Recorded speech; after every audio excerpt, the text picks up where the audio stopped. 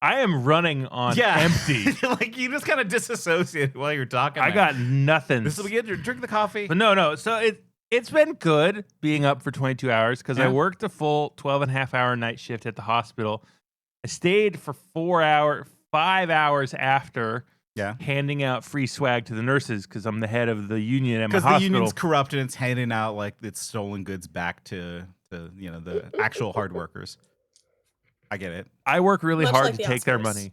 Yes, much like the Oscars. Mm-hmm. But today, I think that the largest healthcare strike in Oregon history is going to end with all the nurses and doctors. They got a deal that sounds pretty good.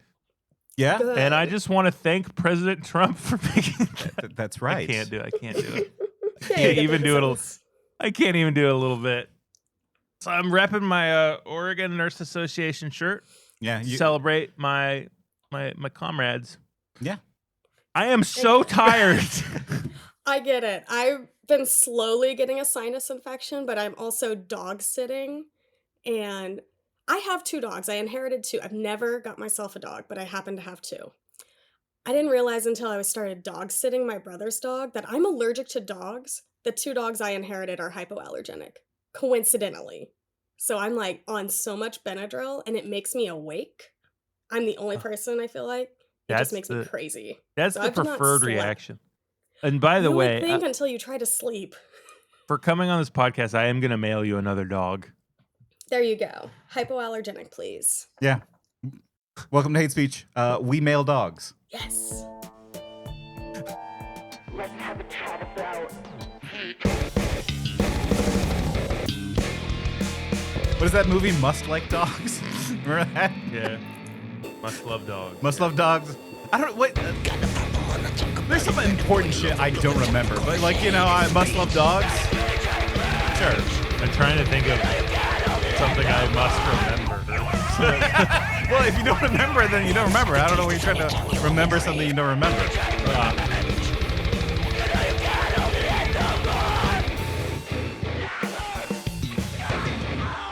Yeah, welcome to Hate Speech with Nate or Tyler. I'm Tyler and that's Nate. Yeah. This is a podcast about hating things, and I got nothing in my brain except a hearty welcome to Chels. Welcome to Hate Speech. How are you? I'm good. How are y'all? Fuck, I forgot to say what you... Can you say what you're known for? Q Division? Oh my goodness. Q Division? Yes, over on the Glitterjaw Network, I do the new Q Division podcast. It's a James Bond movie marathon. My co-host Gavin has seen all of the movies. I have now seen 6 in a TV special. They all blur together. Are you going in chronological order? We are going in chronological order. Hell yeah. I just now realized that QAnon got the Q keyword from James Bond. They probably did. Like I was just like, because I thinking about QAnon and that whole situation, I was like, why do we care about Q? What is Q level secured in? It's probably not a real thing. Well, I thought it was Q the Winged Serpent. Today in New York City, the winged serpent rises. The winged serpent rules. The winged serpent. David Carradine. This thing has been prayed back into existence. Listen, there's a lot of Qs out there. We didn't need to talk about Qs. We're not here about Qs. We're not. Sorry. Chelsea, I interrupted you. I am in rare form today, and I am going to preemptively apologize for how I behave. Because I'm a very good boy. Okay. And they say that every accusation is confession, right? Well, Nate, I accuse you of being a great friend. Chels, how you doing? I'm all right. I'm coming down with a sinus infection, so I feel like we're all firing on all cylinders. There's so much like Benadryl and Sudafed flowing through my veins, so we'll see if I'm coherent. What's that Hollywood drug that they take to get really juiced up for the Oscars? There's that one. What, you mean the human growth hormone? Yeah. Oh, yeah, I guess. I don't know. Like it's Tic Tacs. Yeah. Listen, I've never been to the big show. They pumped our boy Kumail full of HGH, and now he looks like homunculus. Didn't he like dehomunculus though? Like He's shrunk down to like a normal-ish Kumail these days. Hey, look, I'm not sure about the size of modern Kumail, and frankly, I'm uncomfortable talking about it. We're not here to do Kumail phrenology. No, we're not. I don't want to do that. I like the man. Like I was about to say, I'm a fan of Kumail Nanjiani's comedy. I think he's a funny guy. He's great in Silicon Valley. Yeah. Big Sick. Yeah. We do movies here. Yeah, we're a bunch of movie heads here. Tyler, you worked at a Hollywood Video. I also worked at a Hollywood Video. And you also have a film degree. Yeah, although I should clarify. I spent most of my time doing new media, so it wasn't like I wasn't sitting down watching The Bicycle Thief over and over again. Is that like new metal, like NU media? Got it. Yes, it is. That's like exactly Jet Li's right. the one, new media. That's right. And our guest Chels. Hi. Oh, I have like all the film degrees, like so many of them. I was a film professor in a past life, aka before the pandemic, and then I got out of that at the right time. I always joke. Yeah, I was that person watching The Bicycle Thief 100 times. Good movie, y'all. Real good movie. Yeah, it's all right. Actually, no, it's a good movie. I normally hate the Italians, but The Bicycle That's Thief in fair. particular. Yeah, it's a good movie. Tyler, have you seen The Bicycle Thief? I didn't know we were gonna get into like racial hate. I wasn't ready for that. I mean, Damn, Italian. I'm- Wow. I'm just no, saying. I've not seen The Bicycle Thief, but I did see Anora. Oh, I'm sorry. Yo. Did you pick up milk? Do you see milk in the fridge? No. Then I didn't pick up the milk. Okay, so the Oscars. Are we? So Yeah, we're gonna talk about the Oscars. we're talking about the Oscars. It's another. I'll add The it's a- Bicycle Thief to my watch list. Yeah, you better. So you're throwing me off. Your sleepiness is affecting me. I'm not sleeping. I'm perfectly awake now. Here's what we do. To fix this. All right, give me a high five. Ready for this high five? Uh huh. There we go. What did that serve? Slurve? Fuck. So We're here. We're here to talk about the Oscars with Chels, who knows her shit about movies. And so I do. I guess my question is, are we hating just the current Oscars, or are we talking about how much we hate past Oscars? I hate the organization of the Academy specifically. Like, there's a lot to talk about. It's one of those things that, like, if you ever listen to the podcast, I've had it. They will always say, we've had it with all these things, but we are also part of the problem because we do some of these things. Mm-hmm. I both love and hate the Oscars, and I am part of the problem because I love movies so much. I love film history. I love film preservation, which, like, the nonprofit part of the Academy is pretty good at. And You're just out then there I'm dreaming like, of silver nitrate and just like shaking your fist. yeah, and like I hate the origin story of the Oscars because the Oscars literally came about for union busting reasons, like real bad. And then I hate the current Oscars because it's just PR campaigns, and people take these PR campaigns way too seriously and forget that we're supposed to be celebrating movies we love. And like biopics are not the best movies in the world, y'all. Sometimes we No. can love weird stuff, and that deserves an award too. Like, I'm fully the person that's like, you know what? Give Barbie Best Picture. It was a really funny movie. It looked really good. They used real sets. Why not? Why do we need to give Poor Things, a Cheesecake Factory movie, awards for its, like, very, very bad feminism? Oh, I was going to say, it's because Mark Ruffalo fucked a baby in a woman's body. That's why it gets the Oscar. Yep. So Emma Stone That has movie's got, Oscars. that movie's got a lot of problems. I'm gonna watch Poor Things. I'm just making a list throughout this entire show. Yeah, okay. So I'm sure the Academy does some good things. I don't know how much it does for film preservation because that just seems.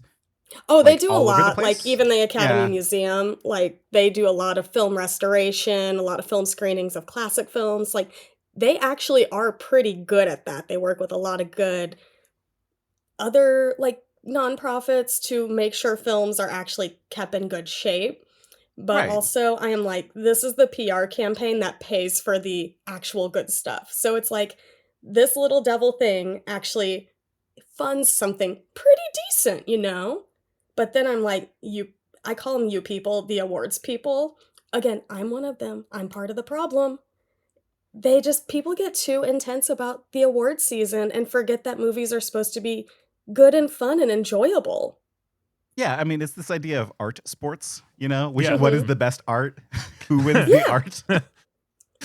And obviously it's Emilia Perez. obviously Oh, it's of Emilia course. Perez. Men to woman, or woman to men, Man to woman. from penis to vagina. Like, okay, so Tyler, you're ready to go. You want to talk about current No, I nominees? don't. No, I want to. We can talk current this too, because this I is the think we- most detached I've been from a Best Picture awards season race. Normally, All I of them- love at least 4 or 5 movies. This year, I like 2. I like 2.5. The half being Conclave. I like The Gossip a Girl of half of Conclave. Conclave, we all like. The other half were like, why is this score so bad? Well, that's just Edward Berger, the guy. He can't get rid of that composer he liked. Same Please thing on throw him All into the Quiet on the ocean. Western Front. You, was- you, you know what's wild? I'm learning about like best musical score. Mhm. Apparently, like if it is something that is referenced, like a beat that you have used in a previous movie, it can't be nominated for whatever current movie you remixed it in. Mhm. That's why the Godfather musical score could not be nominated. Because he used a little ditty that was similar to it in a different movie. Yeah, I mean, Composers love it when you call it ditties. it is a little ditty. John Williams, known dittyist. When composers get together, it's called a ditty party. Oh, geez. See, this all checks out. I hate this. But I mean, like, so here's the thing. I like the idea of like picking a top 10. I mean, hell, we do that here on Hate Speech. We try to rank the everybody things does. we We all talk about the things we like. But then what I hate, and that's why I came here, is the idea that you cannot like more than one thing. Like, I'm a competitive person. I love to see people happy to win awards. I love to see, like, there's an Emmys where all the lead actress and comedy people go up there as a pageant, and then they celebrate each other when Melissa McCarthy wins for some TV show. So that's like fun. That's silly. We all have a good time. We go It's a home. We don't celebration. think about it. Yeah. It is a celebration. Yeah, like, This- Like, specifically, my friend Kevin has a great Oscar podcast that I call like a historical document. And he's going through all the best actresses. He's literally almost done. And people have so many complaints because Cate Blanchett did not win an Oscar for Tar, but Michelle Yeoh did win that year. And I'm like, babes, Cate Blanchett has 2 Oscars. She didn't want to win that year, if you listen to her speeches. Michelle Yeoh was also very good in a movie. Yeah, Magic Crystal. Yeah. Like, we don't have to be a dick to Michelle Yeoh because you just really liked Cate Blanchett being a mean lesbian predator. That's the women's wrongs I support, though. Cate Blanchett being I'm a big mean Tar lesbian. head. Wait, I like honestly, like, it's funny because Tar just has the lasting quality that I think that Everywhere All at Once won't have. Like, I'm still talking about Tar in a way that I'm not talking about everything. And Everywhere, yet, all there at are once. other people still talking about everything Right. everywhere all at once, and who do not even know what Tar is. Yeah, well, I mean, like, movies are personal. Like, Yeah, the movies you like are exactly. personal things. And like, I But think people get so like caught up into it that they completely disregard it. And I'm like, gang, Michelle Yeoh is also a fantastic actress. She did a good job in a movie that connected with a lot of people. You don't have to be a dick. And that's every award season year, though. Like, Yeah, people have to have an enemy. it's like that with also like Metacritic scores and Rotten Oh my Tomato gosh. scores. Those aren't And- real. Yeah, and it's bullshit because like I'm kind of guilty of that. Like, Mhm. before I'm like, okay, maybe this movie I want to check it out, I will go look at the Metacritic score and be like, have it weigh on whether or not I want to watch it, which is dumb. I know it's dumb. I know I No, it's shouldn't okay. do that. You are also part of the problem. We all are part of the problem. I only want to watch good movies. Which I only have so much time. Although I will say, like, my movie watching habits have turned to like, what is the duration of this movie? yeah, yep. Oh After my we all gosh. got- I've historically Yeah. said any movie over 2 hours should be a miniseries, like jokingly, because I'm like, I do not want to watch The Brutalist. I technically watched The Brutalist. I had a screener. And then 30 minutes later, I text my dear friend and I'm like, babes, I can't remember what The Brutalist was about. And I just finished it not even an hour ago. Like, God. what a boring film.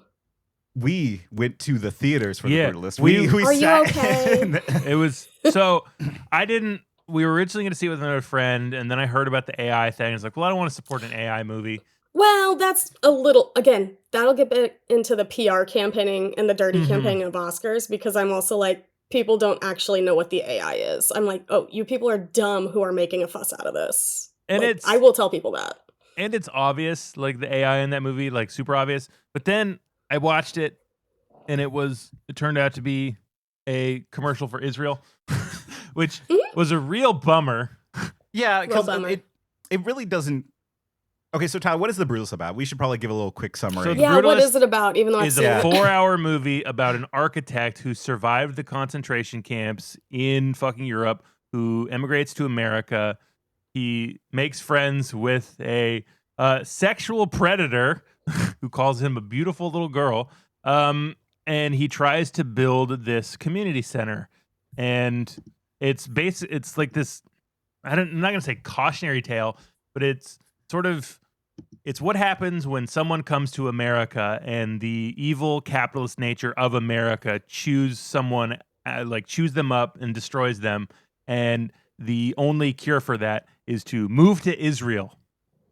Did I sum that up? Exactly. Did I sum that up right? I Moral I of think you got every it. story. Some people think that is a reductive take, and I've thought about this because I am often wrong about a lot of things. I think I'm pretty good at movies. And when I see people saying like, well, you people are just being so crazy like about the Israel stuff, it's not that bad. And I thought, no, the niece in that movie has no character except to show up at one point and say, I want to move to Israel with my boyfriend. And that's how the movie ends. They just... I just felt tricked by the entire thing. I wanted to see a movie about architecture.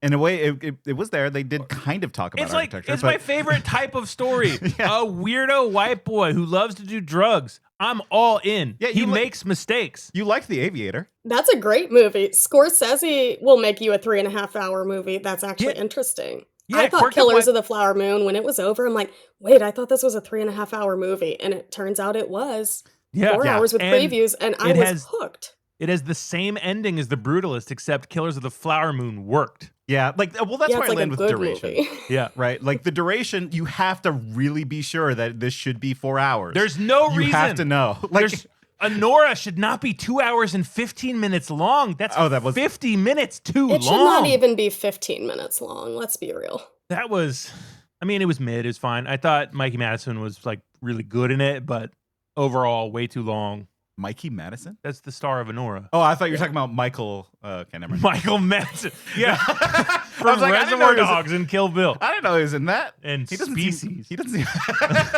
So He really before lost himself in the role. yeah.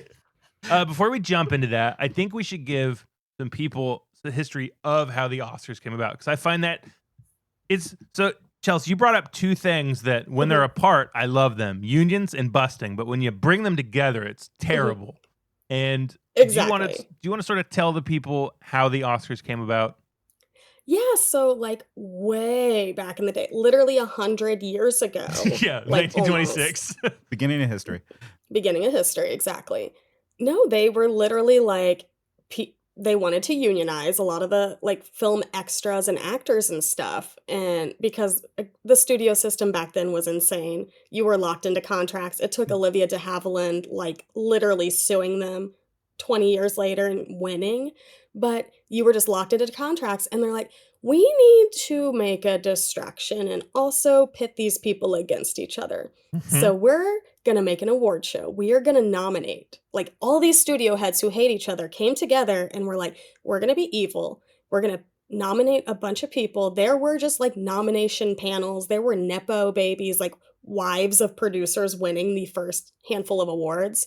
And we're going to put them against each other because you want to be the best that year. Again, marketing and union busting is how this all started. So like, that's the award people are fighting for 100 years later. So And hot take. I don't Yeah. think producers should win awards.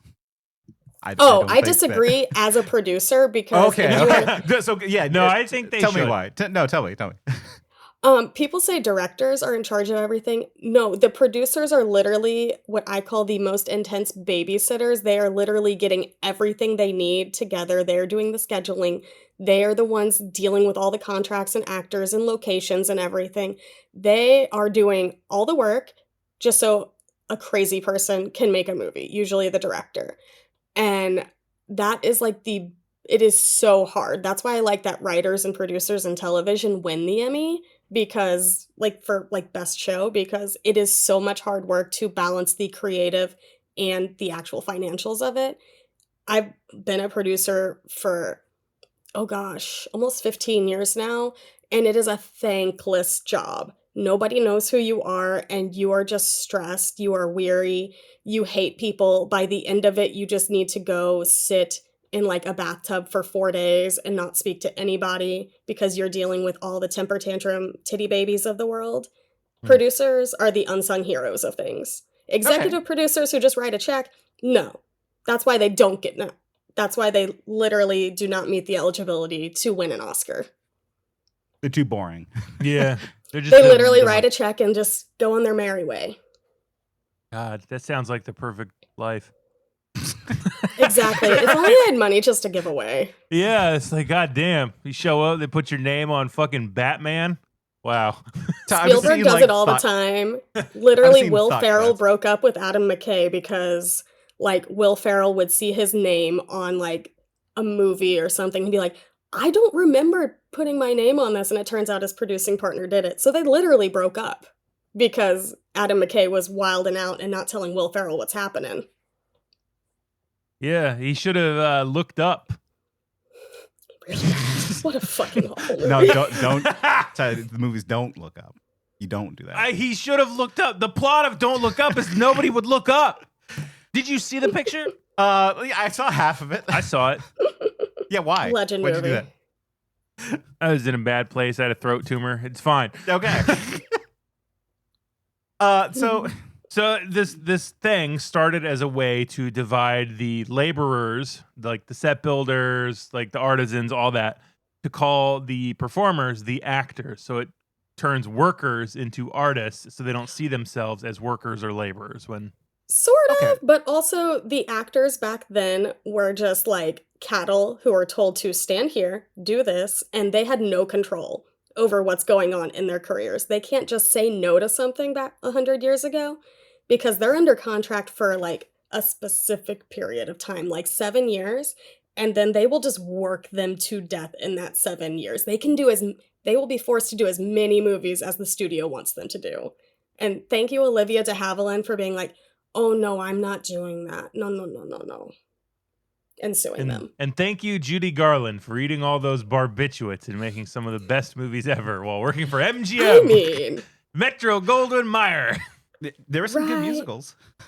I mean, there's a lot of really good movies. That's the sad part. Like, to be that messed up and be so talented. Like, imagine how talented she would have been if she was allowed to, like, sleep. That's a healthy attitude. Some people will read that as like a whiplash situation. It's actually no, they became talented through torture. God damn. So I would say it's built on evil origins. Like not any kind of altruistic thing to like celebrate a performer or a movie or cinematographer, any of that. It's all purely to divide people and exploit their labor. Yeah. Which sucks. Doesn't sound familiar at all. We do not deal with that now. We've never had a strike since. Nope. Nope. I'm just gonna keep my mouth closed and continue talking like. Right. Sorry. I'm reading the news, and it turns out I think that there might be some problems. But that's okay though. Problems are solved now that Trump is in the office. Yeah, because we're woke now. Things are fixed. That's right. Yeah, DI's over, so now all the good writers will come in. Jesus Christ. So I didn't mean to bring it down. Let's bring it up. Okay, so let's talk about some more flaws of the Oscars. Yeah, because they carry on through the generations. Yes. I think like part of my problem with the Oscars is how small of a group the voting members are in the Oscars. Mm-hmm. And it's complicated, the nomination process and then the actual voting process. Yeah, tell us about that. So each individual branch, you have your writers, your actors, and stuff. If you're a writer and an actor and a director like Greta Gerwig, you can only be in one of those branches, even though she is technically skilled in all three. So that specific branch will nominate. So that's why you get sometimes really interesting nominees, like especially in international film or in writing, that's when people go wild, or directors. That's why you get a lot more international films in director now. But Like, when it gets isn't to it for international films, like the actual director or the people involved with the movie don't win the award? It's the country yeah, that the wins the country award. wins, which is Jesus insane. Christ. Like it's insane that the country gets the Oscar because there's also rules about international film. That way, it's just not a bunch of European white people Right. movies. So that nominated. means when Emilia Perez wins Best Foreign Film, that goes to France, a France-made movie about Mexico. Well, it like goes to hell, really. if you're gonna be doing it, like just make it like Eurovision, just like select the countries, have them do a competition.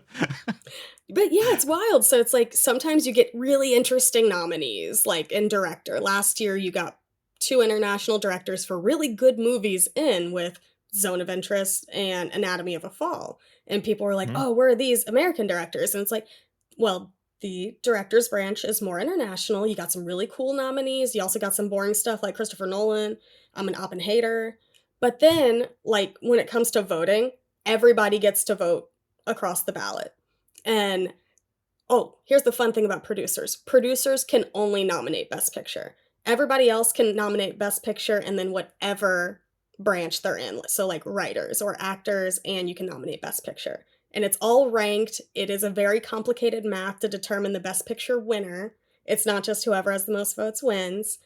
And that's why we get so much boring stuff. Because it's trying to be consensus. And everybody thinks that they know everything about movies.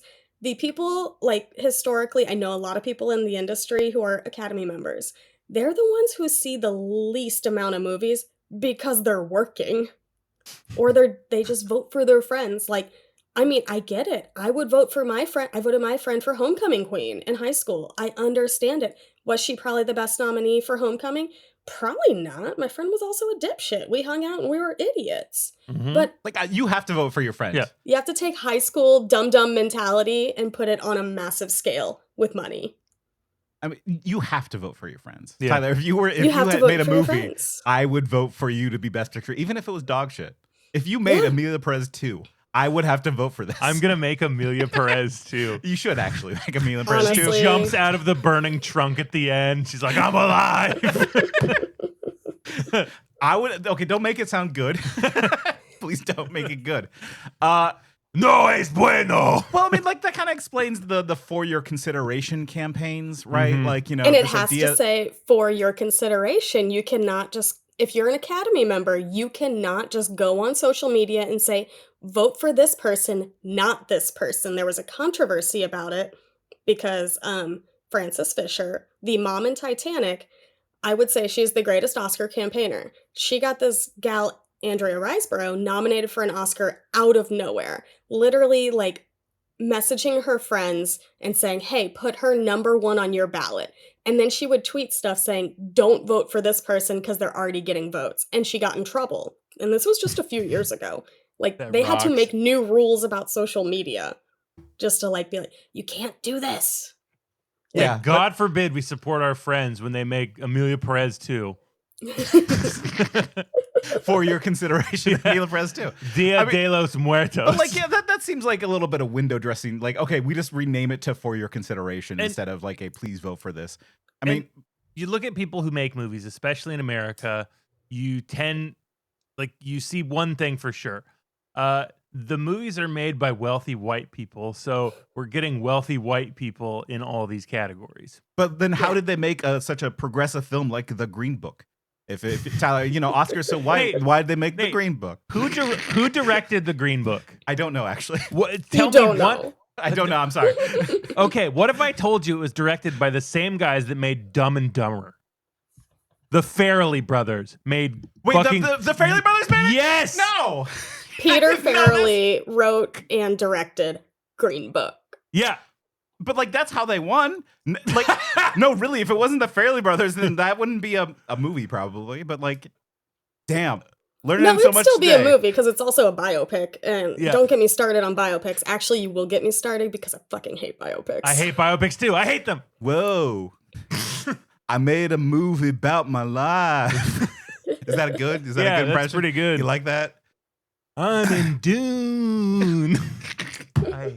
Like- I will never watch that fucking movie. Well, and like, it's really funny that the Bob Marley one didn't make it as Best Picture. I remember Honestly, watching. I would take that one over A Complete Unknown. I had a Really? screener for A Complete Unknown. I was 20 minutes in and I fell asleep. And then when I woke up, I just was like, I'm not watching. I'm not restarting this. It's I'm not gonna for say me. Timothy Chalamet is too pretty to be a grizzled country. Watch me fuck a pear. No. He's not pretty. Is he tall or is he good looking? He's is not tall. He's Yeah, not he tall. is. He is tall. Chalamet? No way. Okay, you're saying this as a what? Google his I'm height. six- I'm Google how 6'7". tall he is. I gotta know. So 6'7" to you, like everyone's short. What are you doing? I need to know. He's not like Tom Cruise short, is he? Like No. Tom He's Cruise tall. is 5'7". Timothy. Thomas. Y'all can keep talking. I'm over here looking at fucking him and Army Hammer. Well, but Army. You got to see Call Me By Your Name. I do. He's only 5'10". That little twink. I could break him. I'm glad I'm a little bit taller than Timothy Chalamet. That makes me happy. Also, Call Me By Your Name, not a good movie. I I'll say disagree. But that's okay because movies are subjective. That's true. And you can't Exactly. like here's the thing though. I will say that I'm looking for universal good recommendations where Mhm. like, hey, Citizen Kane, maybe not the best movie of all time, but a good movie everyone should watch. Mm-hmm. Here's the Right. thing. I rewatch that movie every couple years because everyone's like Citizen Kane. And then every time I'm like, actually, that's a really good movie. It's still Yeah. relevant today. It fucking hits. Some of those Right. film shots are amazing. The lighting's great. Like, I have a That's good ultimate- time with that movie. And I'm like, well, I'm always trying to be like, is this actually a good movie? Again, I don't like Oppenheimer. I sat in that theater and wanted to just like fling myself into the sun. Oppenheimer needed a bird screaming like halfway Yes, through it that did. movie. You just get a bird there and just wake everyone up. Oppenheimer did what I think most modern Best Picture winners do for me. Is I see it, I'm like, okay, that's pretty good. It's all right. And then I see the actual Best Picture of that year, and I get pissed off and I hate it because, Chels, you already mentioned my favorite picture from last year that nobody saw, The Zone of Interest. Yeah. I think that is a truly All 20 fantastic. of us saw it, and it's a great movie. That's unforgettable. I will never forget that movie. It is incredible, and nobody fucking saw it. Whereas That's fine. one of my favorite movies last year, because again, I'll make like my top 10, I alphabetize it because I'm like, I'm not choosing between my children today. I loved Godzilla -1. It's doing everything Oppenheimer thinks it's doing. Yep. Yep. Mm-hmm. And it's Banger. fun. Godzilla -1 is It fantastic. totally whips. Yeah. It slaps, y'all. Good times. So these movies are made by powerful white people. Yes. Telling powerful white stories. Green Book accepted. I hear you. I'm listening. I'm growing. Yeah, we are making space for Green Book. Well, you know what's funny? Like, you should actually watch Samuel Jackson read the Best Picture for Green Book because he reads it, he sighs. You could tell he doesn't want to say Green Book. Keep in No, mind, it's this is Julia Samuel Roberts. Jackson. Julia Roberts says Was it that Julia because Roberts? it was Julia Roberts because I Okay. remember being like, why are you guys doing this to Julia Roberts? Her parent, like Julia Roberts, when she was born, her parents were very poor. And Martin Luther King Jr.'s family paid for like Julia Roberts' birth because they were friends with that family. And you're making Julia Roberts, a very progressive person who minds her own business, which is my favorite kind of celebrity, you're making her say Green Book. To be fair, Really? she was in Crash. No, she No, wasn't. she wasn't. That was Sandra Bullock. Damn it, I babes. always do that. Sandra Chelsea- Bullock was in Chelsea- Crash and The Blind Side. Chelsea, do you want to Damn it. hit Nate with that Crash factoid about yourself you told me? I think it'll really hurt his brain. We got a Crashoid. Although, listen, I have to Crashoid. I hate that. Listen, to be fair, Julia Roberts and Don't. they're the same person. Don't. They're the same person. Wrong. Incorrect. I'm sorry, they're the same person. You want to know Continue. something funny about Julia Roberts? She turned down The Blind Side. She's like, I'm not doing that. Good choice. Julia Roberts could make Speed. Sandra Bullock could not make Mystic Pizza, and I will die on the hill. Okay. That's true. But no. Drink the juice, Shelby. Drink the juice. Okay, but like I do want more Steel facts. Magnolias, man. So okay, we should set up Crash because not everyone here are listening Or as Jack Nicholson says, crash. Crash. Chels, what would Jack Nicholson and Bob Dylan have to talk about? Hey.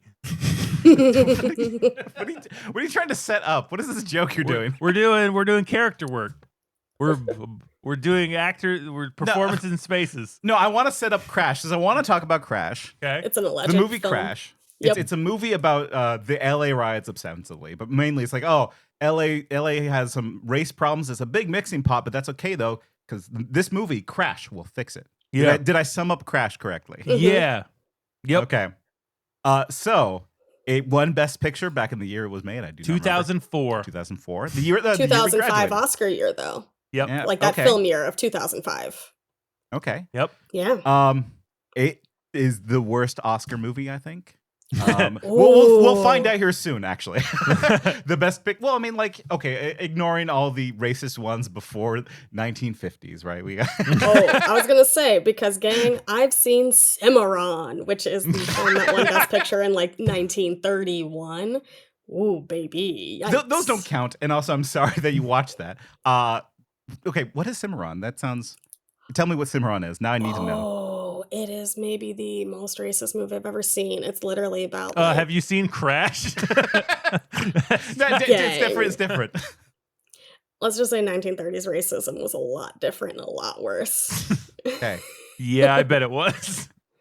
Okay, I'm writing down Cimarron. I'm watching Cimarron. I bet 2030s racism is going to be pretty close to 1930s racism. No, if I had to guess. probably. Tyler, don't say it until you watch Cimarron because you All haven't right. seen Cimarron. We're going to fire up When I Cimarron and the say Bicycle watch Thief tonight. Cimarron, I say read the Wikipedia description.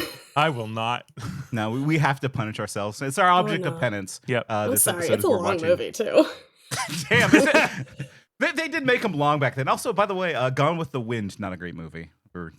It's one of talking those. about. It's a pretty movie. Like when you look at just the costumes, the production design, how they actually did some of the stunts and stuff. I'm like, oh, that is actually creative. There's a reason why it took a bunch of directors to get. Yeah, through they it. killed so many horses for that movie. And They killed so many humans for that movie. just as many Oscar nominations as Emilia Perez. So they're about the same.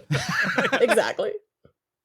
Okay, we were talking about Crash. Crash. boy. Now Crash of the modern era, I would say it's the best.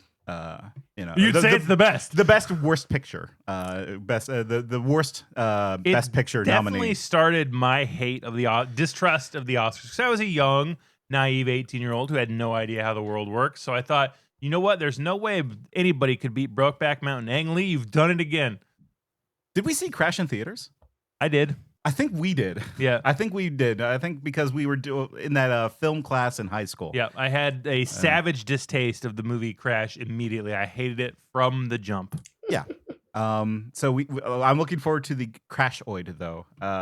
Yeah, Chelsea's got a pretty powerful fact about Crash. Okay. Y'all, again, this was like my senior year of film school before I did all my graduate degrees. And it was one of those, I knew my professor was tired by the end of it because it was a hard class. And also, this was like my TV production professor.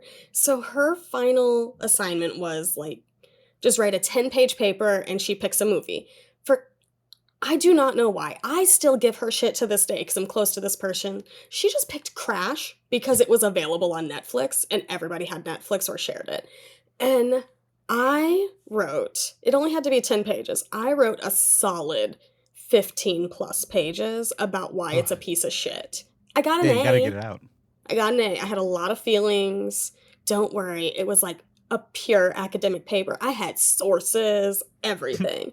I went off and I wrote it all literally in one night because I was angry. I'm the ADHD person. Like if I am in the zone focused, I cannot be stopped. It's wonderful and also terrible because procrastinating.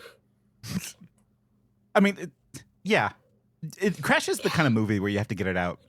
Like It's one of I those, remember why are there like 100 storylines? Are you guys trying to do the traffic thing where everything's a different storyline, but it's all connected? Madam Web's, she connects us all. And I'm like, No, you don't need to have Matt Dillon just being a piece of shit, but then he saves Tandaway Newton at one point, Yeah. so he's not all bad. And I'm like, no, he's still bad. He's still a cop in LA who's racist It's a and complicated story sexually that assaults basically her. says the person who sexually assaults you might save your life one day, so be nice to him.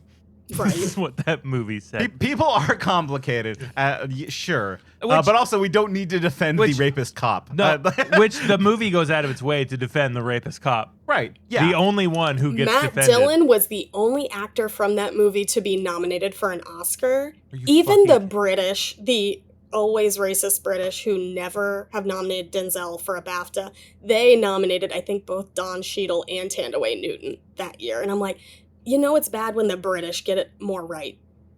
Like, That's come on, awful. gang. So yeah, basically Paul Haggis tried to make a Robert Altman version of Magnolia about racism in LA and just It felt more Pulp Fiction He to me. fucked it. It felt more like, we're going to be raw like Quentin Tarantino kind of a thing. I think you got to watch Magnolia again. I mean, Yeah, I was I'll, gonna watch, say- I'll watch Magnolia again because I like Magnolia. they stole a lot from Magnolia. but not the And good then stuff. PTA's Not whole the good career stuff, was yeah. trying to be Robert Altman.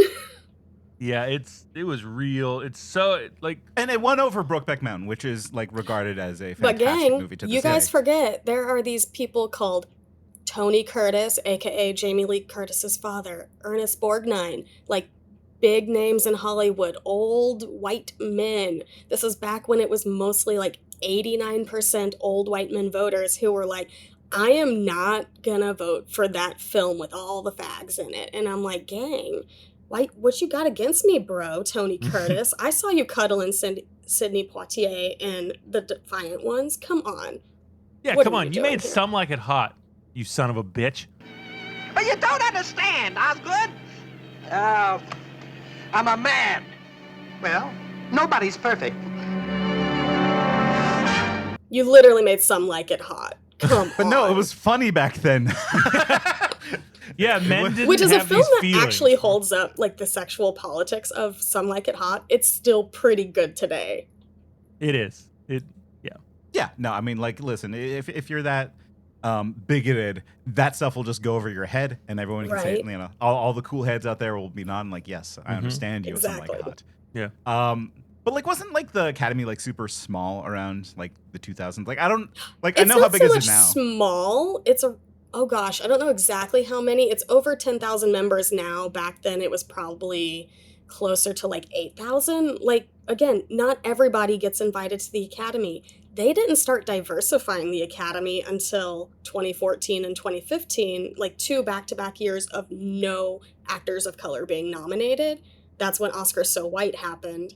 And then they literally started mandating inviting more women, more international people, more people of color, and making those lists like public, because it used to be invite only. It was literally an invite only club. You had to have multiple people like sign, like vouch for you before you could become an Academy member, because I think even Anna Kendrick's like, yeah, George Clooney was the one who offered to do that for me, and she did not know what was going on with that because she was nominated for a movie. Here's the biggest crime that I just found out. I think it was like 3 years ago. The one of the newest members to the Academy 3 years ago, Leonard Maltin. He finally got in. They finally let in Leonard Maltin. They let my boy, Leonard Maltin, to the Academy. I'm Leonard Maltin, and this is the movie Police. Like, it's one of those things where, like, okay, here's a well-established critic who has some good and bad takes, but, Well, like, they don't generally really invite critics or anything to be in this, so it's kind of, he's actually an exception to the rule because there's not a lot of critics. There's a lot of, you can have PR people in it because they do work on movies, like the actual marketing campaigns of the films themselves and in Hollywood. Because I think, honestly, marketing people are smarter than some of the actual, like, film industry creators, because they actually have to watch the movie. Yeah, I mean, like, well, the criteria should just be, like, you are connected deeply with the industry and you're passionate about film. Like, that should be the two things. Oh, and here's the other fun thing that happened whenever they were changing the rules and, like, inviting more diverse people. They were like, if you've not been an active filmmaker in a few years, you lose your voting rights. Because it really was a lot of retired, old, like, white people voting for stuff they probably haven't seen. And had no business voting for. Yeah. So we're gonna see some Dick Tracy style movies coming out, like because I don't know if we talked about the Dick Tracy. I love that so much. It's I love Warren that. Beatty, man, what a king. It's nice to see that yellow hat and coat. I still don't take off my hat and coat. Nowadays, you just never know when somebody's going to put you on television. I mean, I haven't sat down and watched those. Like, oh, I'm Dick Tracy still. I still have these rights. But like, Here's they're the thing. funny. I love that he does that just so it doesn't become a Marvel thing of like you get 400 of these things. He's like, I'm gonna talk to my old Turner Classic Movies buddies. We are gonna put out this special at midnight every so many decades, and I'm gonna keep the rights. Also, props to Annette Bening for being such a baddie that she got known ho Warren Beatty like settled down. It's funny that like, wait, he's saying that like we're protecting Dick Tracy from having the Dick Tracy extended universe. Like that's a problem. Like that's the thing that we're afraid of that happening. That's what they wanted to do with the film because it was actually a pretty successful film and very well respected. But they're like, he's like, no, I don't want to have to share this. I don't want it being exploited because we've seen how many of the Jurassic Park sequels are good. I mean, like any of them? None. Exactly. Although I'm a Jurassic Park 2 defender. You can have a good time with it. There's some gymnastics. Exactly. Like that's what I want of like dinosaurs. I want like a teenage girl to slay that dinosaur. To like exactly. We missed out on a world where they were making Michael Keaton Batman movies and Dick Tracy movies competing one another against one another. That would have been. It would have been a better world, to be honest. Dick Tracy did not win an award. It might have. I think probably it did. For like Let costuming. me check. Probably. Yeah, it definitely was nominated for a bunch. Let me see how many It's way won. better than anyone remembers, too. Warren Beatty still kind of had it in that movie. And it had style. Like it was going for something new, which hey, I'm for that. Yeah, you put William Forsythe in a giant forehead and call him Flat Top. You're cooking. Yeah. Or who was the guy like small face? We had like the tiny face. Oh, and, like, here's the big head. your Dick Tracy fact. Nominated for 7 Oscars, winning 3 for original song, makeup, and art direction. Yeah, go Madonna. Yeah. Wow, 7 Oscar nominations, half as many as Emilia Perez. So it's a half a better of a movie. It's half as good as Emilia Perez. Yeah, so like we shouldn't be praising it too much because we'd be praising Emilia Perez indirectly. So another problem I think I have with the Oscars is, I mean, it's a thing I like about the Oscars. It's also a thing I hate about the Oscars, especially more modern Oscars, is that getting nominated for an Oscar has a chance to really like blow up a filmmaker and a film, like to get it seen by people. Yes. But it's if they know the people that can get it promoted. Well, isn't it like the opposite though? Like where like you have had to have blown up to a certain extent to then I'm not always. No? I'm thinking critic. I'm not thinking of popular reception. Did you? I don't know. Nobody really like in America knew who Justine Triet was before Anatomy of a Fall last year. A really good movie. And had you told anybody a year before that movie came out that she would be nominated for Best Director, win for Original Screenplay, they would think you're an idiot. Like, one thing me and my friends do is their podcast, it's called Oscar Wild. They talk about, like, classic films, and then they talk about, like, the current Oscar race. They'll interview, like, craftspeople. But the fun thing they do is the award season fantasy draft. And I've done a couple of them. I'm on it this year. We might tragically win, which is sad if you looked at our movies we drafted. But you split into 2 teams, you draft all these movies, and whoever has the most points win. We do this right before all the big fall festivals around August. We literally, my team drafted, sight unseen, because you try to do it before you see any of the movies. Emilia Perez, Conclave, Zoe Saldana, like that's who we drafted, having not seen any of these movies. Did we draft Timothy Chalamet? I'm pretty sure we did. We randomly drafted Kieran Culkin. Like, sure, why not? And turns out, hate, like, all these movies by the end of it. So it's funny to see what your expectations in reality is, because the other team drafted the movie Blitz. There was so much random stuff that happened. So the expectation versus reality is hilarious. But if you get back to the awards don't matter until they do of it all, Because I think that's what you're getting to. Like, this can launch a new performer or filmmaker an Oscar. It can be helpful. Mm-hmm. Here's the thing. This is the most recent example and the one I always use. Emma Stone has 2 Oscars, y'all. She won a second Oscar for Poor Things. This does nothing for culture, nothing for her career, because she's already Emma Stone. She already has 1 Oscar. Her career is just about the same. She's just making weird, bad shit, I think, like these days. So Kinds of Kindness, not good. Not great. Same director as Poor Things, and she's making Yeah. more movies with him.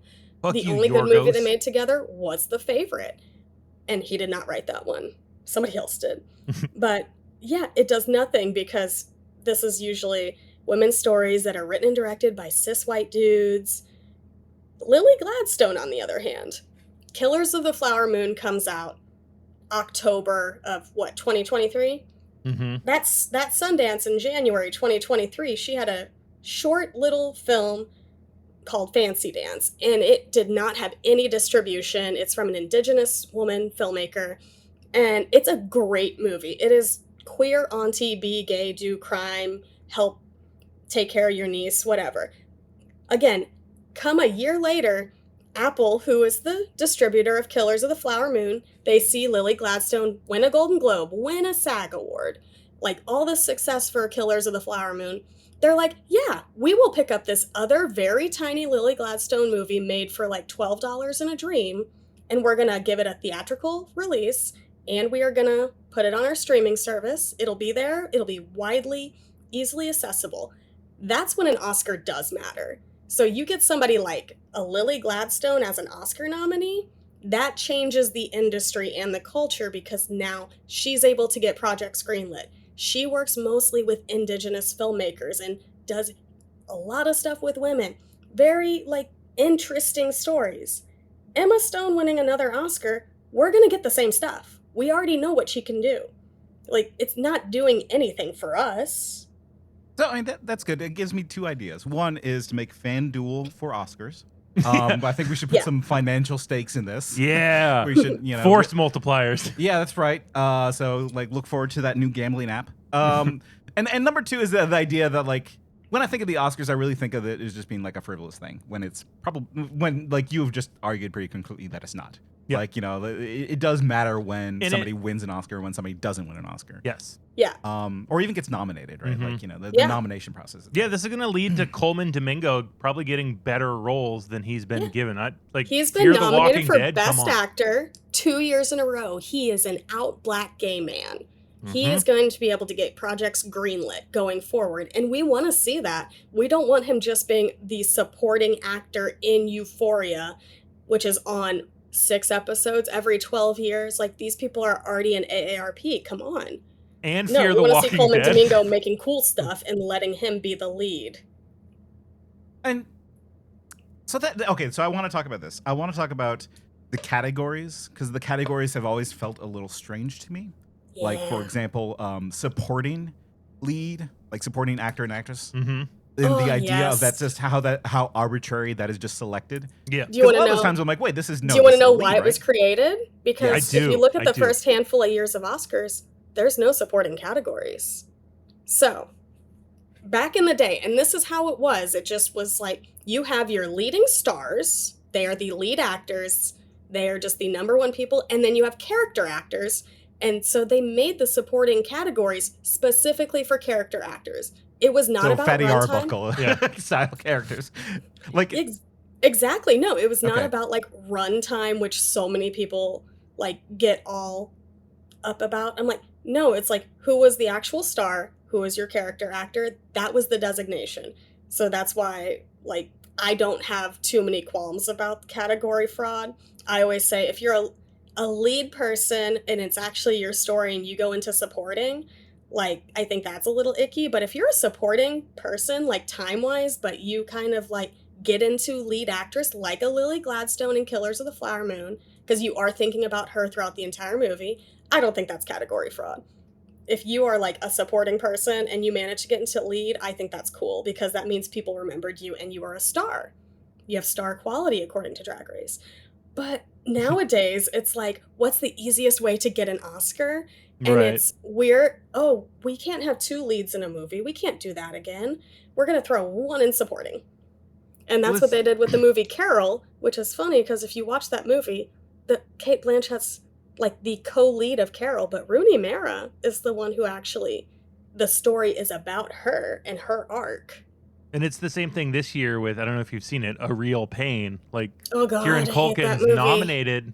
Yeah, I thought it was mid, except for Kieran Culkin's performance. I thought he did a great job, but the movie did nothing new overall.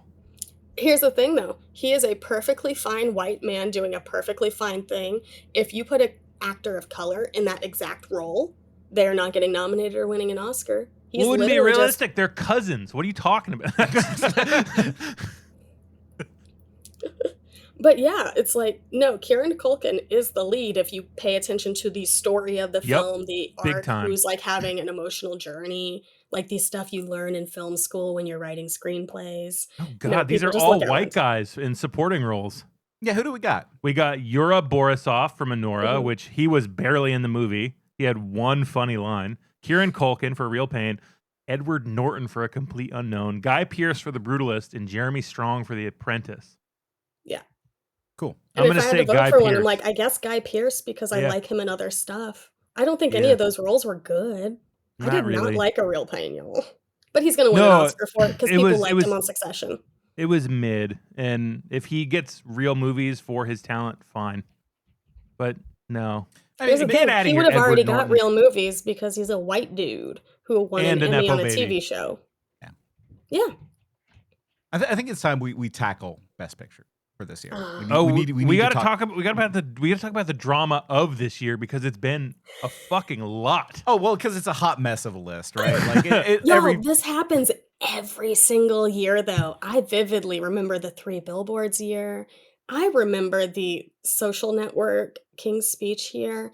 The thing is, people are just paying attention more on the internet because there's more bloggers now.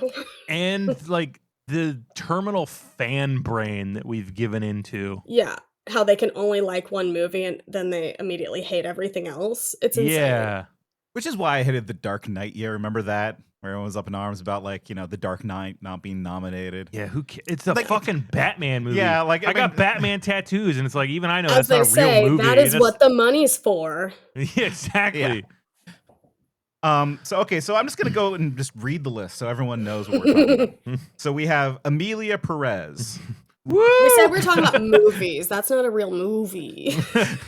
A movie. So we have A Complete Unknown. Mm-hmm. We have Conclave. Mm-hmm. We have Nickel Boys. Mm-hmm. We got the I'm Still Here. Uh-huh. The Substance.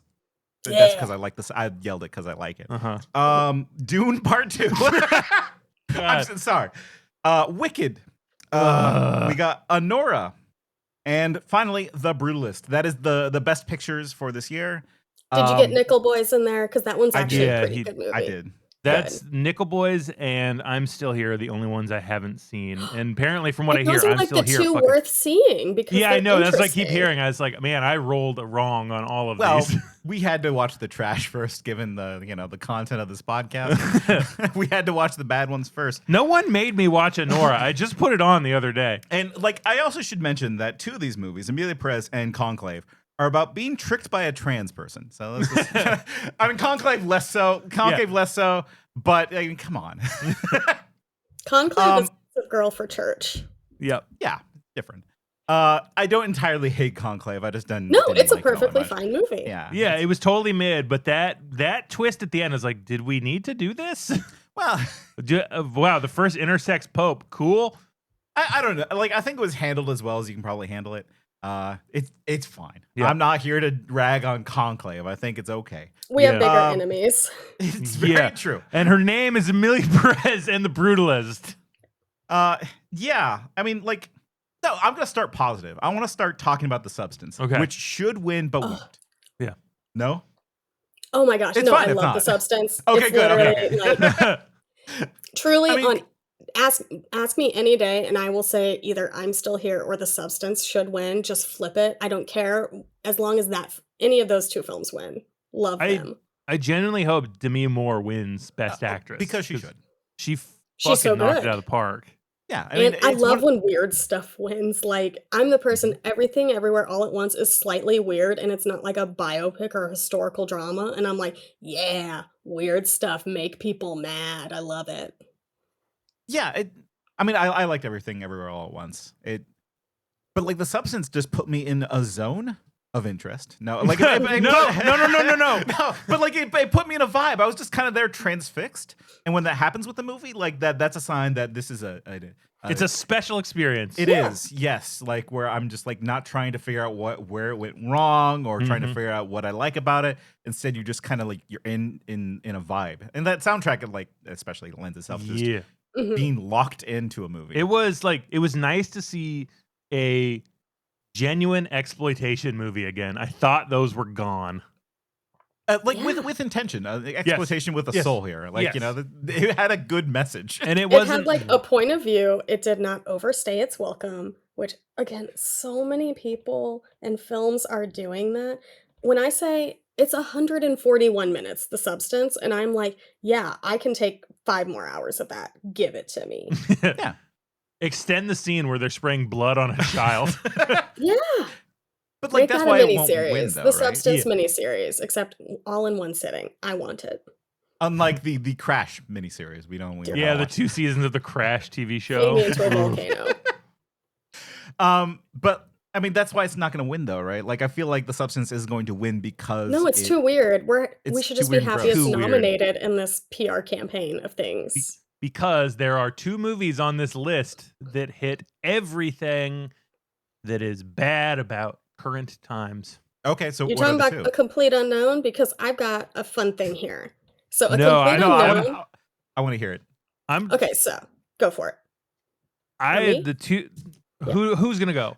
Chels, you go first. You're the guest. Cool. So again, I hate biopics. I think if you're just doing your best SNL impression, that's not real. I'm Still Here is like technically a biopic, but it's not about like big famous person we're doing an impression. No, it's not doing any of that. It is about an actual living family, and like some of them are still around today, and it's taking you through this big historical event technically that we don't know anything about. So I do not consider it like a big biopic thing. A Complete Unknown is everything wrong with the Oscars because it is the Bohemian Rhapsody. We're going to do an impression and we are just going to make the worst little fucking film in the world, and we are going to like forget that women are actually real people. We're going to forget like gay people actually exist because Freddie Mercury was a real person. Y'all, Bohemian Rhapsody is a lie the way they made it. And A Complete Unknown is so fucking boring. Timmy Chalamet, you're not doing anything. You are not charming in this movie. You are everything wrong. It's probably gonna win stuff. We should be concerned. I'm Still Here. You get a very specific point of view about something. You learn something. You have, I would not say a nice time, but you feel enriched after. Like you feel like you've went through something, which I think sometimes films, it's really great. Like when you feel like, oh, I can sit with this, I can think about this. No, that's like the big difference in a lot of these movies. A Complete Unknown, maybe the worst nominee for Best Picture here. That's not Emilia Perez. I think like there's never been a biopic I've enjoyed. I'm trying to think really hard about it because I think it's one of those. There can be good performances in biopics. Like I say, one of the best actress nominees who should have won is Angela Bassett in What's Love Got to Do with It, because it's insane the emotional depth she was able to go through for that film. She had like hardly any prep time for. The movie itself, we recognize a lot of these things. It's not like a great movie, but there's a great performance in it.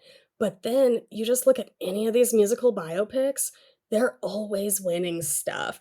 Renee Zellweger in Judy is embarrassing. And she wins.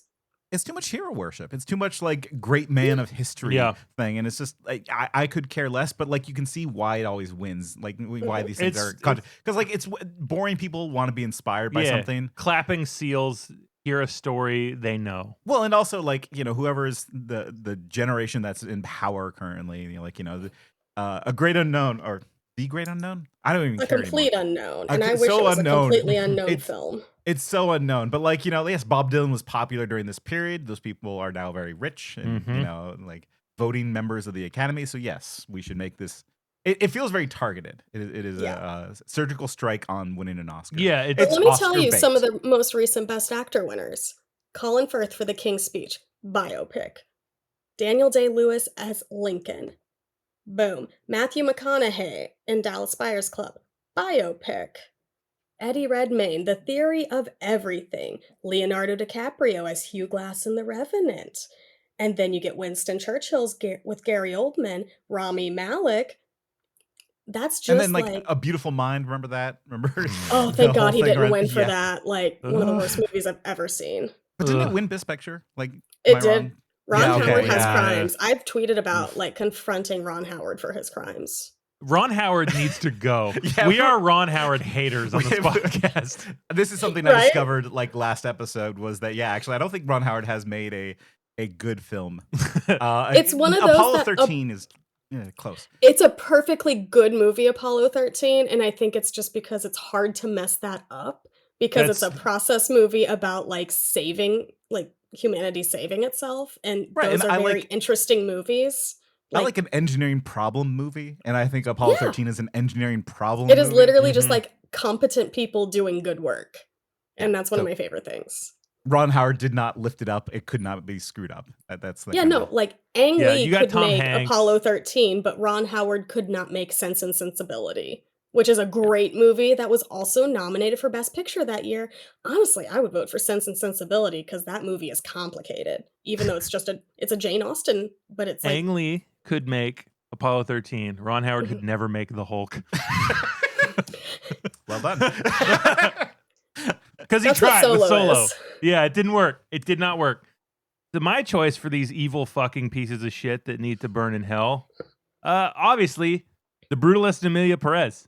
Oh, so I these are think The ones that- Brutalist is going to sweep. Yeah, oh, really? You think I this do. is- I don't okay. know. I think it's going to be Anora because we're at the stage of Oscars because their stages, Golden Globes and Critics' Choice, they are not Oscar voters. The Golden Globe, previously the Hollywood Foreign Press Association, now it's just Penske Media journalist voters. Like literally Catchy. the people who owns Variety, The Hollywood Reporter, those are the people voting for your Golden Globes, babes. Penske Media. That's the company who owns it now after all their controversies. They went with The Brutalist. Sure, Critics' Choice, they voted for Anora. The actual real Oscar voters, they are voting for Anora for the Writers Guild, Anora for the Directors Guild. BAFTA went hard for Anora. BAFTA has crossover voters. There are people in both organizations. So you actually have to look at very specific guilds and stuff to see things. The SAG Awards, that's different because SAG is SAG-AFTRA. It's over 500,000 voters. Their nominees are panels because you can't get 500,000 people to vote for nominating. That's insane. They have to do nomination committees. And that's how things are. They're very complicated. So something like the Screen Actors Guild is not going to correlate very well to every other guild that is much smaller and has way more crossover with the Academy. So I think if Anora beats all those movies, I will be happy about that. Anora I mean- was fine, but if The Brutalist wins a bunch of awards, I am going to. And But, here's like, I the think thing. we're all agreeing that, I like, actively hate Anora. I do not like The Brutalist. I literally only like I'm Emilia still here, Perez, Nickel wow. Voice, the substance. Yeah. If Anora or The Brutalist or Conclave or Dune Part 2, any of those, even Wicked, if it beats Emilia Perez, I'll be hooting and hollering. Well, I was We wondering, are like, in does an Emilia era- Perez have a chance? Like, is there a non-zero Yes. chance that Yeah, Emilia big Wanna know Perez- why? Okay. Crash, Green Book, Driving Miss Daisy. Films with giant, like, hate, they win a lot. People didn't like Crash back in the day. People didn't like Driving Miss Daisy. People hated Green Book at the same time. People hated Bohemian Rhapsody, and it won 4 Oscars. The Yeah, but same like year as Green Book. everyone hates Emilia Perez. It's well known how bad this movie is at this point. No, not everybody. Okay. The people you see online who are not real voters, they hate Emilia Perez. Yep. We hate Amelia Perez. I guess I'm in We the hate bubble. Emilia BAFTA Perez. really likes Zoe Saldana. Everybody does because she has made Hollywood how many billions of dollars? Look at the top 5 grossing films of all time. Tell me how many have Zoe Saldana. I will guess at least 3. Well, what about the Chinese animated movie? I forget what it's called. I'll insert it here. A new Chinese animation is on its way to becoming a box office hit. Ne Zha 2 has already broken the record for China's highest grossing film. Is on track to make $1 billion domestically. So that one's nominated for because it did the best box office. Like that's how that works. I don't fucking know, man. But I mean, okay. Films with a lot of buzz and controversy, they win all the time because Hollywood also doesn't like being told what to do and what their politics should be. Hollywood is still very conservative because people got mad about Green Book and they're like, no, this is a movie that makes me feel good about myself. Bohemian Rhapsody, it's like, oh no, we really like this guy. Like, we like this sanitized, whitewashed, straight-washed version of things. Wait, Bohemian Rhapsody did not win Best Picture last year. Who No, won, it was the runner. It's like the probable runner-up because Green Book won, and it won 3 Oscars that night. Okay. The same night, Bohemian Rhapsody won 4, including like Best Actor, a bunch of technical awards. It was a beloved film that made like almost $1 billion going. You have to worry about these things. Hollywood does not like being told what to do. Singer. Exactly. It does not matter if it is made by the worst person you've ever met. They will still vote for something. Roman Polanski has won Best Director in the year, like in 2002 film year? Yeah, the pianist, Adrian Brody. Oh, yeah. Which also, Halle Berry's coming back to present at these Oscars. Keep her away from Adrian Brody because he sexually assaulted her on stage by kissing her when he won Best Actor. He literally forced a kiss on her, and she has said she did not like that. She did not welcome that. She was actually really upset about that. He's gonna win. He's gonna win. He's gonna win. Casey Affleck had active sexual assault charges, investigations. He still won an Oscar. Brie Larson, who has done a lot of advocacy work, won an Oscar for playing a victim of sexual abuse. She pointedly say, I did not clap whenever I had to present him an Oscar because I was so upset about it. People will support abusers. Captain we Marvel cannot got pretty pretend deep, huh? Hollywood has morals or anything. None. And a movie that they made about a trans woman who's also a pedophile who is gross could win. So what I'm hearing is that we should probably find a better awards. Really though, why do we actually care about the Oscars specifically aside from the historical Because context? we're too soft to be into sports, so we watch movies. That's why I care. I know, but why can't I want to return to a people's choice? Can we get a people's choice? Yeah, we want. Dang, we do have the People's Choice Awards. Do you know who gets to pick the People's Choice Awards? The people? The people. Dang, no, it's not the people. Wait, okay, but a real. If you read the People's credits Choice of those shows, like People Choice, Teen Choice, Kid Choice, it literally says that they can determine the winners because it's based on who shows up. That's a joke that people who have hosted the People's Choice Awards have made at the People's Choice Awards. I'm disappointed in you, People's Choice Award. There's no ethical awards under capitalism. I mean, exactly. I just want an actual I just want to know what movies I should be watching that year. You know, what movies I should be paying attention to. It's harder and harder. This is why I find critics that I trust and I look at their best of list. That's where I end up tuning to. It's you find the people that you trust and you have similar taste to, and you just follow them on Blue Sky. It's all right, here we go. And here's the crazy thing, y'all. Sometimes the Oscars do get it right. You can have a big political year where something terrible happens, like when Donald Trump was first elected. Something terrible happened. La La Land was on its way to winning every award. And then people after Trump were embracing Moonlight more because of all the attacks against people of color after Trump went into office. Moonlight controversy with that whole Best Picture aside, back to you, Warren Beatty. It won, and it was very reactionary. Meryl Streep was nominated for an Oscar that year for a bad movie because she gave a great televised speech speaking out against the hate in the world, especially of the Donald Trumps of the world. I was going to say, Moonlight Probably the only best picture that I've liked in recent memory. Like truly thought was a great film.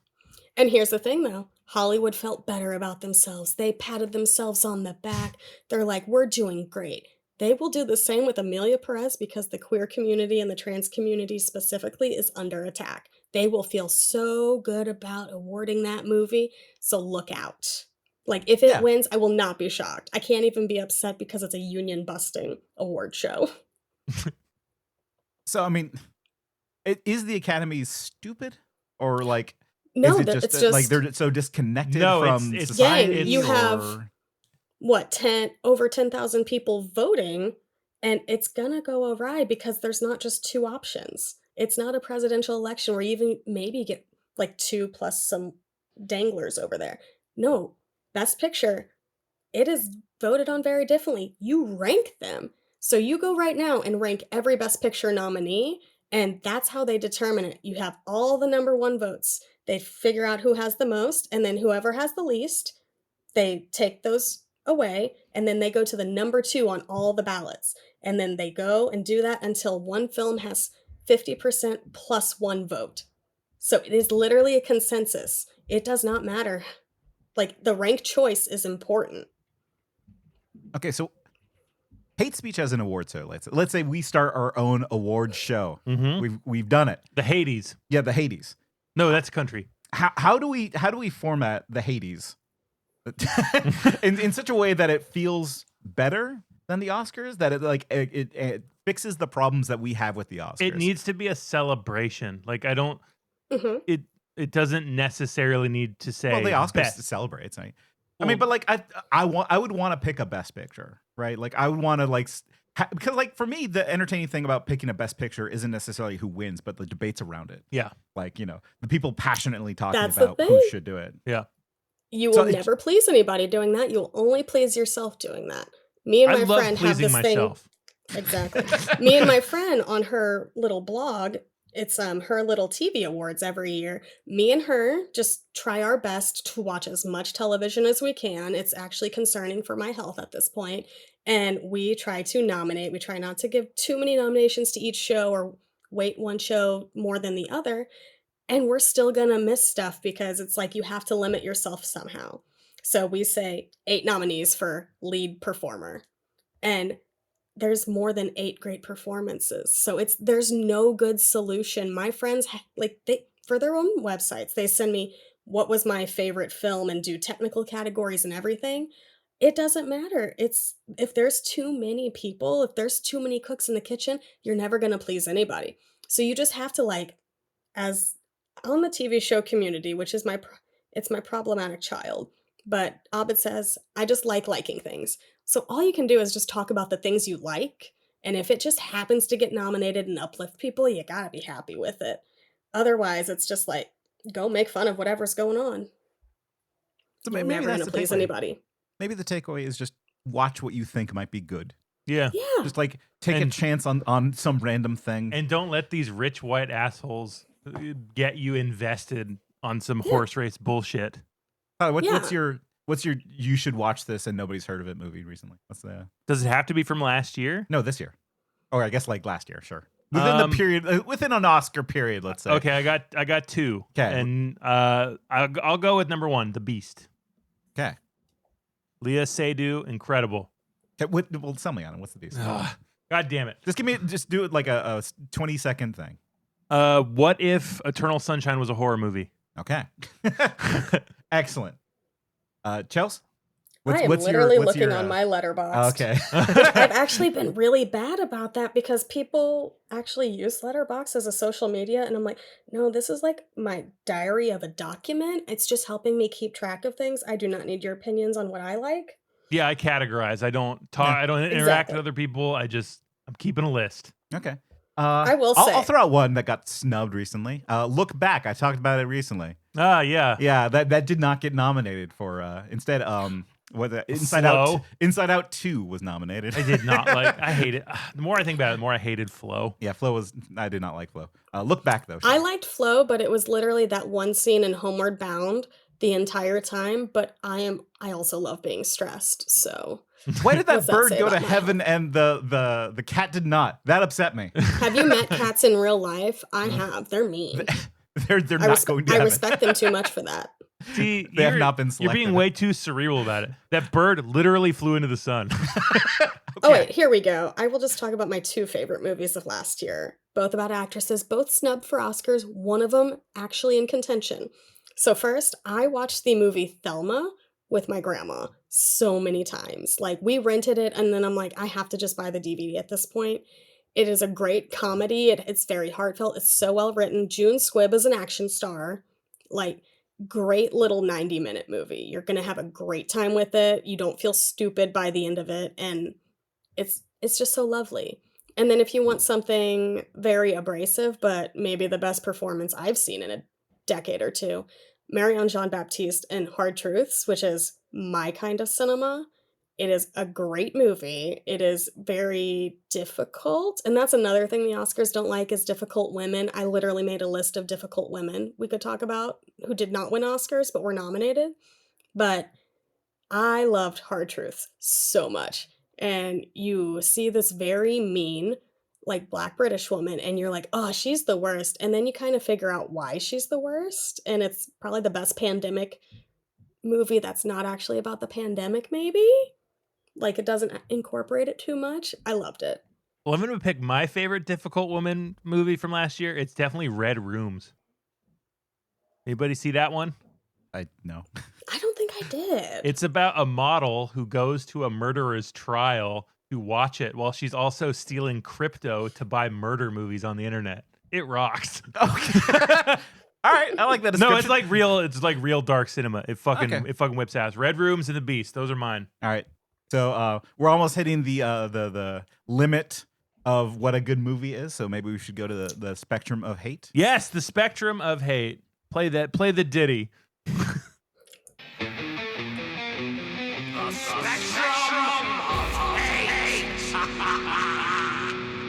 So, Chels, here on Hate Speech, we have what is called the spectrum of hate. And because we believe that to truly hate something and to categorize it and to talk about it with any kind of nuance at all, you have to put it on a spectrum because that sort of, it's not just a list, like you sort of place things. And here on our spectrum of hate, there's the two poles. There's the one side of the spectrum where there's something everybody can ethically hate. That is one Adolf Hitler. And on the other end of the spectrum is something that most people generally enjoy and don't hate, and that is LeVar Burton. And I think you can see our spectrum of hate here now. Okay, here's a question. Did Roots win anything? It must have. It won It's a not bunch movie. of Emmys. Yeah, it did win a lot of TV awards. Yeah. Good. Now I'm suspicious of everything now. You should be. Yeah, they didn't give the Juice any award for his role in Roots. Yeah, OJ's in Roots. I didn't know that. Yeah. I only think of him as a Naked Gun actor. He's got a fro in Roots. It's very funny. Oh. It's fine. So typically, Chels, we like to delineate how evil something is by the number of bodies it has. Has the Oscars killed anyone? I guess that's my question. Has anyone I died mean, they because do of have an an Oscar? in memoriam every year. Does that count? But the Oscars didn't do that. They did. Yeah, the Academy's killing old. Oh man, our in memoriam section looks kind of boring. Oh yeah, let's go kill Al Pacino. Let's pat it out. They should do that. Actually, it'd be fun. They should do that. I mean, fuck. This is one of those giant systems of awful abuse But I and don't manipulation. think- But I don't think it's the worst thing on the planet. Okay, I'm looking at the list. I think it's below Dark Empaths, but it's above YouTubers making music videos. I think YouTubers making music videos is somehow worse than the Oscars. Oh, it is so much worse because at least the Oscars is attempting something decent. I think in the end, you are trying to celebrate movies. It is everything around the Oscars that's making it worse. And at least the Oscars is funding something decent. And if I never have to hear Wilbur Soot and PewDiePie sing music again, I will be just fine. Now, it is so bad, though, because I know that the Academy has the copy of The Clown That Cried, and they're not releasing it. We need it. We need it so bad. Give us Jerry Lewis's problematic Holocaust clown movie, please. I'm begging you. We already have Life is Beautiful, so I mean, we got one. problematic Holocaust clown movie. We need another one. Did that win Best Picture? Life is Beautiful? Yeah, it did. Because No, I it remember did not. It did not. didn't? Don't worry. No, that was Shakespeare in Love. That was that year? Oh God, Shakespeare in Love. Then Hey, why did, not that terrible of a movie. It just won Best Picture, and it made people so mad that it beat Saving Private Ryan. Also, Harvey Weinstein, obviously, is a problem. I do want to revisit Saving Private Ryan. Actually, I think it might be just an okay movie. I think like the spectacle It's one of it those is that it's pretty impressive, good, actually. Yeah. One of those. Yeah, I mean, but then it's again, one of those I don't Shakespeare remember. in Love, pretty good. Yeah, I remember actually liking Shakespeare in Love when I watched it at the time. I was not a fan. You don't like Shakespeare being in love? Not really. Okay. I don't really care one way or whatever happens. Shakespeare, he's already dead. Probably not even a real guy, huh? Also, don't worry, the Academy does not own the rights to that. It's the Library of Congress. So let's go get them. Elon, Doge, please. Doge, listen, we will forgive will. your many, many crimes if you release the clown that cried. I will put $1,000 down and a $1,200 a month payment on a Cybertruck if you give me the clown who cries. The world needs to know. I bet you if it's an unfinished movie. It's just the footage. I don't care. We can cut it. Yeah, we can fix it. We can fix it like the Prince and the Cobbler. The Thief and the Cobbler. Thief and the Cobbler, yeah. This is like the meme of girls, I can fix him. I can fix him. Oh, we could do it. We could make it happen. Yeah. I think, Chelsea, where do you think it should fall on the old spectrum? Do you feel okay with it being between dark empaths and YouTubers making music? Because I agree with you. I think it's in the end about celebrating movies and performers and craftsmen. We just do it fucking wrong. I would put it right above Busch Light because I'm from the area of Anheuser-Busch and I know their crimes. So I would put it slightly above that, but also John Krasinski needs to be a little closer to Hitler. Yeah, I mean, he was our third episode, and it's like, so it went LeVar Burton. It was LeVar Burton, furries, John Krasinski, Mr. Beast, Hitler. Yeah, I mean, listen, we're not gonna fix this list. The list is perfect. Yeah, we're never gonna change it. It's a fantastic list. He'll I'm get sorry closer to Hitler as you keep going. It's very true. Yeah. Also, I do think it's funny. We put Busch Light on there because I was drinking a Busch Light at the time, and I said I don't like this. And I put it on the list. I didn't know there were crimes, but okay, I will accept that it is above Busch Light. Yeah, and between coffee and Busch Light, the Oscars. The worst. The two things imaginable. you drink during the Oscars. Good God. I do want to mix a Busch Light and a coffee, though. I want to see what that's like. We call it the La La Land. Oh gosh, what a terrible movie. I haven't seen it, and I won't. Yeah. It's not for me. I hated it. Ugh. Well, okay. I will say, one plus that makes it better than Busch Light is like the Oscars is like one thing whenever any organization's trying to restore a classic film, the first thing they ask is, was it nominated for Oscars? Second thing, was there like a star, an Oscar nominee, like one of the actors, the directors, the writers? And if you guys want to learn more about like film history in general with the Oscars, I always recommend my friend Kevin's podcast, And the Runner-Up Is, where he went through and the gimmick of it is like you try to figure out who the runner-up for Best Picture was. That was his first theme. And he watched every single year, but then it like broadens and talks about the entire film year as a whole. And then you try to determine who the runner-up was. He's just about finished with his second theme, Best Actress, where you talk about every Best Actress nominee, what their storyline is, and then you talk about other women nominated or who maybe should have been nominated that year. So it's really interesting as like a historical document and starting off point. So the Oscars are bad, but they are better than Busch Light. So that one moment where John Wayne went up there and made fun of that Indian woman. That did not happen. Everyone, that is like such a myth of the Oscars. Okay. Yeah. That didn't happen? He said comments after the fact. He did not try to attack her. He got up there with his Rooster Cogburn gun. He was literally on death's door. He was not running anywhere. It seems so familiar in my mind as being an Oscars thing. But it's... Huh. Yeah, so is the, what is it, Kazam? We all remember that, and it never happened. Kazam? Yeah, the Shaq was movie? it No. Or the Sinbad movie. But What are we yes. talking Sinbad. about?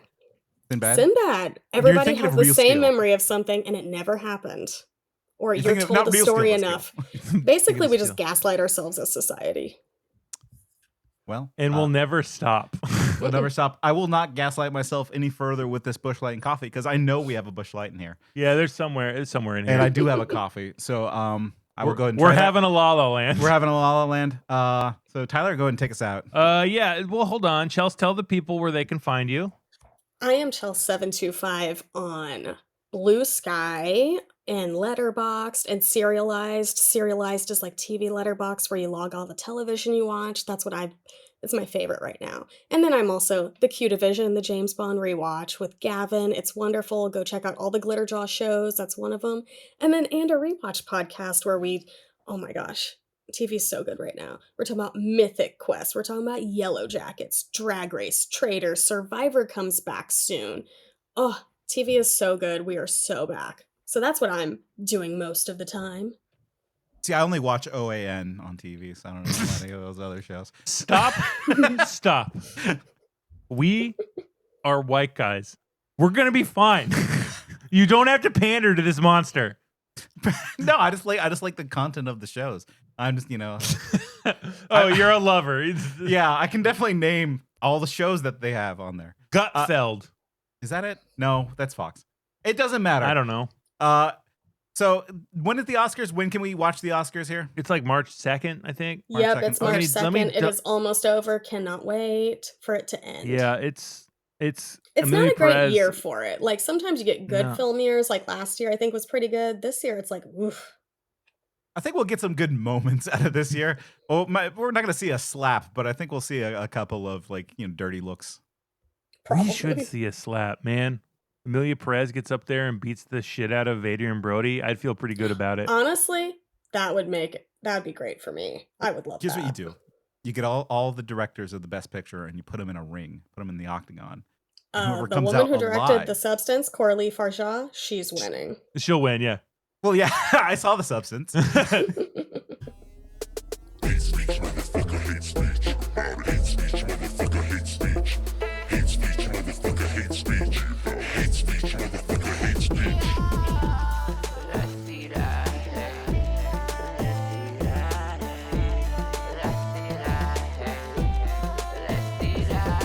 Hate speech, motherfucker, hate speech. Hate speech, motherfucker, hate speech. Hate speech, motherfucker, hate speech. Hate speech, motherfucker, hate speech. I really hope Anora saves us from the reign of Emilia Perez. Honestly, a movie I did not like, Anora. Hated it. Do not know why it's here, but if it beats Emilia Perez, I'll never say a mean thing about it again. Let them fight.